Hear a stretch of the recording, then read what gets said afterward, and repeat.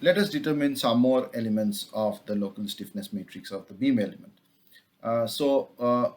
Let's say we want to determine KL22. What is KL22? You have to go back to your list of degrees of freedom. 2 degree of freedom is a rotation theta 1 at node 1. The rotation theta 1 and the corresponding force for it is m1. So the generalized force is actually a moment. So KL 22 will be force per unit rotation, moment per unit rotation at node 1. So it will be m1 divided by theta 1, while all other degrees of freedom v1, v2, theta 2 are kept fixed. So this beam has to deform in a manner where v1 is fixed, v2 and theta 2 are fixed, and only theta 1 is there. So the rotation is not fixed here, so it can rotate per this point, and then it will have to have v2 equal to theta 2 equal to 0 here, v1 is equal to 0 here, and you have given it a rotation theta 1.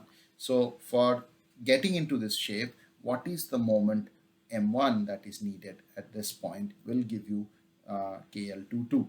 So the solution to this, again, it's a beam, it's always a beam without any transverse loads. So this is the governing equation, this is the general solution.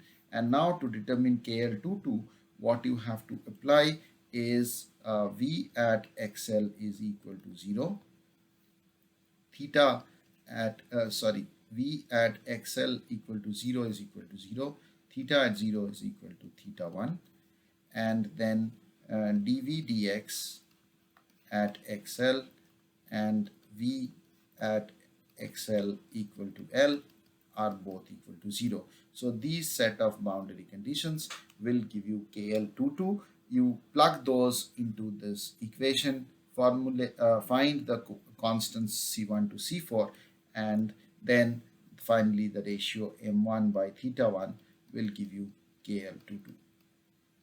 So that is how you will get KL22. This is the shape of the beam that you need to get in order to find KL22, and these are the boundary conditions. Let us look at KL12 now. KL12 is force at degree of freedom 2, let's say force at degree of freedom 2 due to unit displacement or unit degree of freedom value at degree of freedom 1.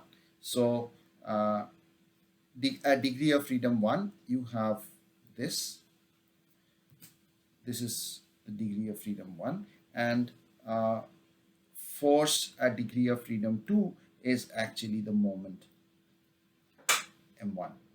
So what you have to do is this situation. So you have given a vertical displacement v1 at degree of freedom 1.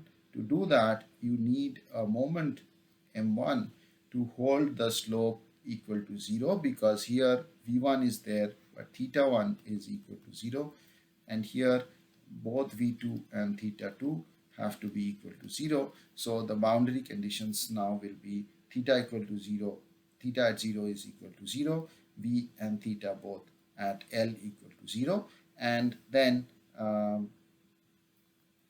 m at 1 by v1 will give you KL12. M at 1, remember, is the second degree of freedom.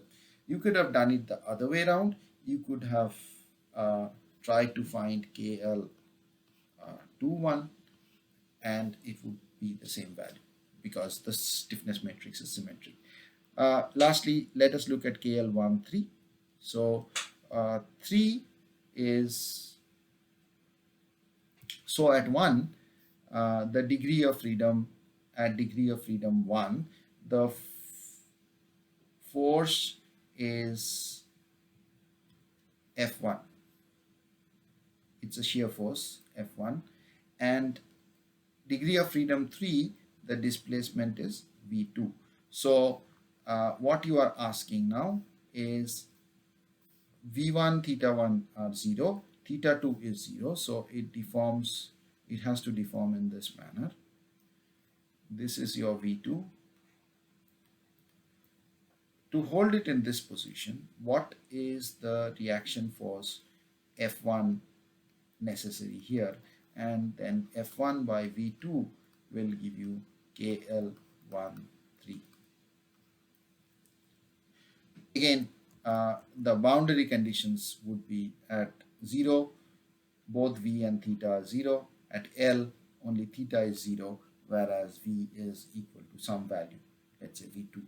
So F1 by V2 is what you need to calculate.